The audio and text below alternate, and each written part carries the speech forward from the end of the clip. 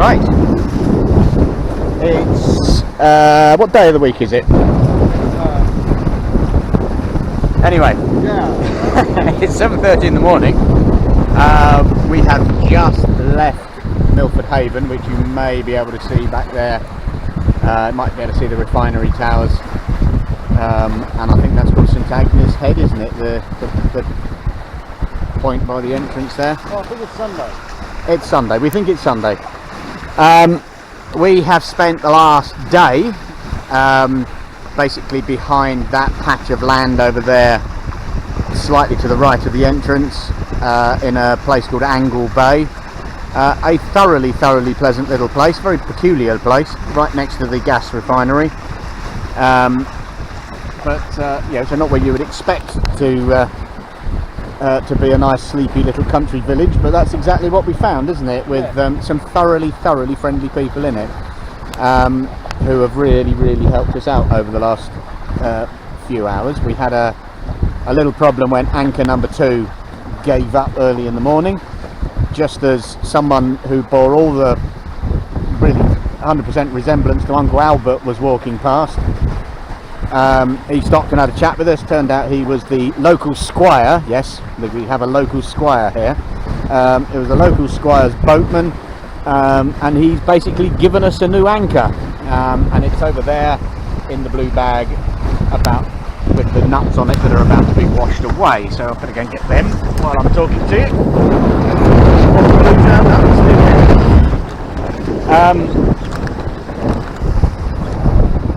So yesterday's breeze was, it might have been doable, but the forecast was for it to be a bit fruity. And out here, the tides are quite something. So what we didn't really want was 20 knots of breeze, big strong tides, 2 people not really knowing where they're going, and we thought that would be a bit of a recipe for trouble. So we stuck around all day yesterday and actually had a thoroughly pleasant day wandering around the local area. Found a nice cafe, got ourselves some really nice bacon and sausage sandwiches, and we're able to have a sit down and room. So as well as Frank, who gave us the anchor, that's anchor number 3, we also were approached by a chap by the name of Bernard Jonker, who was also a local sailor here. He gave us some guidance about sailing through that gap there, which we've actually decided to ignore, mainly because the wind is a dead beat really through that gap. The tide goes through there at about 8 knots. So we've decided that discretion, fear, is the better part of valour, and we're going to head out to sea, hopefully past all the rubbish, the tidal rubbish that exists around these islands, and tack and head into the next bay. So that, I forgot what this island is called, but the one behind it is Skoma. Then you've got a narrow gap over there at the mainland. We're going to head out here to an island called Grassholm. We don't want to go beyond the eastern edge of that, because there's a big red square drawn around it on the chart with sort of notices on it saying don't go here. So we're not going to go there. So we're basically going to head out there, hopefully miss any time places that are going on around this area, pop a tack in, head up the other side of these islands, and then we'll end up either in Solva, or if this wind continues to build as it has done, we might even try going round St David's Head and getting ourselves into Cardigan Bay. But we'll see. We'll report back later. In the meantime, back to the studio.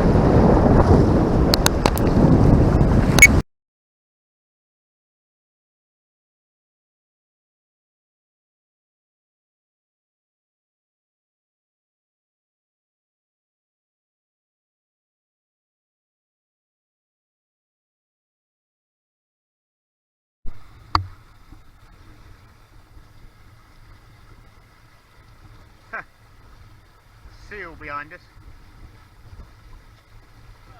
Just came up in our wake just as I was pointing the camera at him.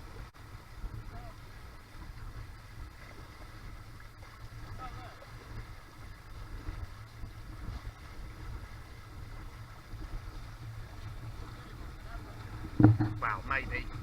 A bit far away.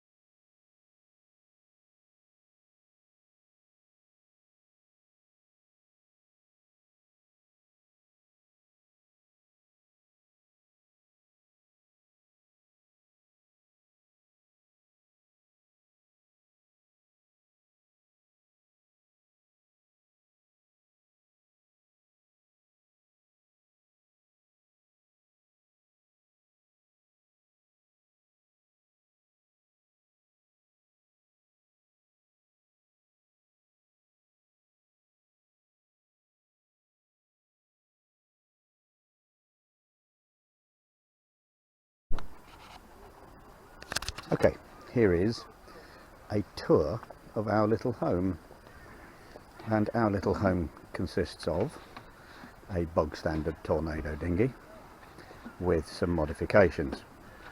I'm trying to keep my balance while I do this. You've probably noticed already that this is tied up to a mooring, which is not the sort of thing that you would normally expect of a Tornado, and that's because this one is a little different, because it's been built for travelling.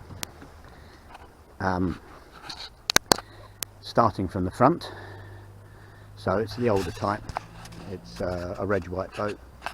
It's probably built in the 1990s. Still got the aluminium style spinnaker pole rather than the carbon type. But what we've got sat on top of the spinnaker pole is a nice big 130 watt solar panel.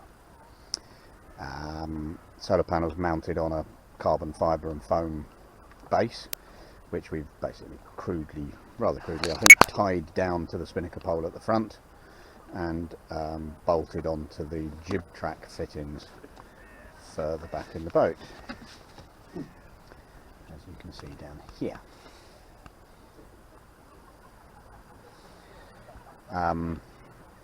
While I'm here, take a quick look up the mast. Hang on to trapeze wire. You will also see up there some extra gizmos. Number one being the radar reflector there on the forestay, and number two being what's probably a spinnaker pole for something like a 420 or maybe a Wayfarer, on which we have strapped an automatic inflation CO2 gas bag for capsizes, and there's also a navigation light, just a white all-round navigation light up the top there as well. Over on the sides, so for long distance sailing you certainly don't want to be trapezing the whole time, so we have manufactured, somebody in Salcombe said, "Oh, this looks rather Heath Robinson, doesn't it?" I prefer to say it looks a little homemade maybe, but we've manufactured these brackets here on these arms, and they're basically supporting two seats off the side of the boat. The seats are indeed nothing special at all, they are just bog standard window cleaners ladders, as you can see there, but they seem to do the job better than anything else that we could make, so you know, why not. The principle behind them really is that these beams, they're not meant to take any real force, because the majority of the weight of us sitting on the seats is taken by the two trapeze wires, which you can see there. So that's just bog standard trapeze wires hooked onto some fittings on the outside of the seat there. to give it the support it needs, and these metal box sections are really just there to hold the seat out to the side. Being that we're sitting on the side rather than standing on the side, we've also added a toe strap here along the edge, so that just gives you something to hook your toes under while you're sitting on the side there, and reduces the chance of you tipping backwards and falling in. Should that happen though, we also have 2 jackstay mountings, one on each of these beam bolt fittings that we've created. So that's the jackstay there. There's some standard safety lines attached to those, and we've got the same down there for the helm at the back. And then accommodation wise, what do we have? Well, we have this rather beautiful, I think, pea green and orange tent, which hasn't been set up properly yet, but has been set up enough to give you the general idea. If I can get back away from it without falling in, there we go. So just a ridge tent. The boom has been fitted on to a second gooseneck, one stolen from another dinghy, that just slides into the sail track, and the back end is held up with the main halyard. The main halyard has a cleat now down at the bottom of the mast, as well as the usual locking arrangement at the top. And this is a sort of 3/4 floored tent. The orange bit is basically just an extra little fly sheet to try and keep the rain from creeping into the seams at the top, which seems to work quite well. That's tied off to the rudders at the back. The back quarter or third of the tent is open to the floor, and if you look inside here, we have a genuine inhabitant of said tent. So we've got 2 bivvy bags in here, with the usual hiking blow up thermal foams. Perhaps you could show me. There we go, those foamy things that you can inflate. They're like thermal insulating ones. The bivvy bags are obviously there to stop water getting into the sleeping bag from either underneath, because we are extremely close to the water, as you can see here, just a few inches above it, so any power boat that comes by sends wash up through the trampoline at the back here. And also because the back of the tent's completely open, it's likely that feet are going to get rained on, so the idea is to keep the sleeping bags dry, and thereby the occupants of said sleeping bags. What else we got in here? We got the battery compartment. So this is what's hooked up to the solar panel at the front, with these waterproof connectors, and in here we have got a pile of junk, but also the solar panel regulator there, and then underneath this pile of, dare I say, rubbish, is a pair of wheelchair batteries. And this whole arrangement, I mean, it's probably the heaviest single item on the boat, apart from the helm and the crew, but the whole arrangement seems to, it's reasonably portable, and actually seems to work remarkably well. It lives in a dry bag on the deck when we're sailing, and the dry bag isn't completely dry because it has the wire coming through it, but the whole arrangement seems to work reasonably well. That's about it, really, isn't it? It is about it.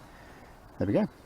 We'll finish this by zooming in on a pair of genuine long-distance tornado sailing feet.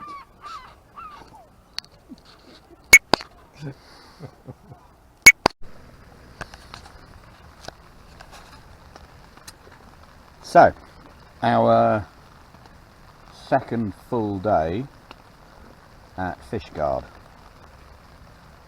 And that's right, isn't it? Yeah. So we got in the day before yesterday in the afternoon. We sat here all day yesterday because there's no bleeding wind, we've sat here all day today, because although there is a little bit of wind right here, the forecast is showing that out there in Cardigan Bay there's next to nothing. So it's a day of sitting around scratching our bums, really, isn't it? Literally, yeah. Oh, thank you. See, I was trying to speak figuratively. I thought I would at least try and keep this for an underage audience if possible, not have to put that little flag up on YouTube that says it's adults only, and then Boise here spoils it all, and I really hope... When did you last have a shower? Look, just... I'm really hoping that he doesn't go into any more detail. Certainly not any detail like the detail he was passing on to me earlier today.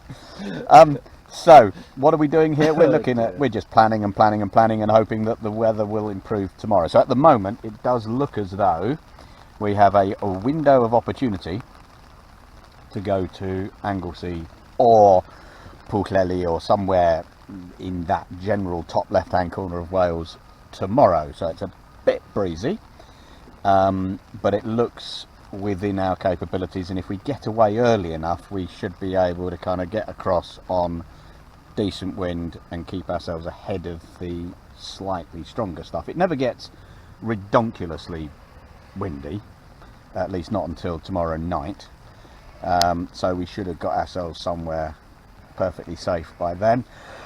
But I'm hoping that, you know, it'll give us our nice force 4 that we're, you know, that gives us our ability to really cover some distance. So I forgot, how many miles did we say it was to Holyhead from here? 80 odd, I think. 80 miles. 85, I think. It'll be our longest run that we've achieved so far. In fact, I've been making notes of our distance made good. Shows how bored we are. Yeah, we've been taking stats down and depressing ourselves. Let's find it. Somewhere in here we basically went through the entire trip, and our very best day on 56 miles was Hurst Castle to Bridport. That's 56 miles made good, so that's not distance under the keel, ground under the keel or water under the keel even. That's the shortest route according to Navionics between the 2 points of the day. So it's the motorboat distance, I suppose you could say. So our first day was a reasonably good one at 54, but then followed that with a 28 from East Head to Hurst. Our lowest was 18 Newquay to Port Isaac, but then Port Isaac to Bude at just 19 wasn't much better. So yeah, we're looking for this to be our best run yet. Bude to Milford Haven, 55 miles, is probably our the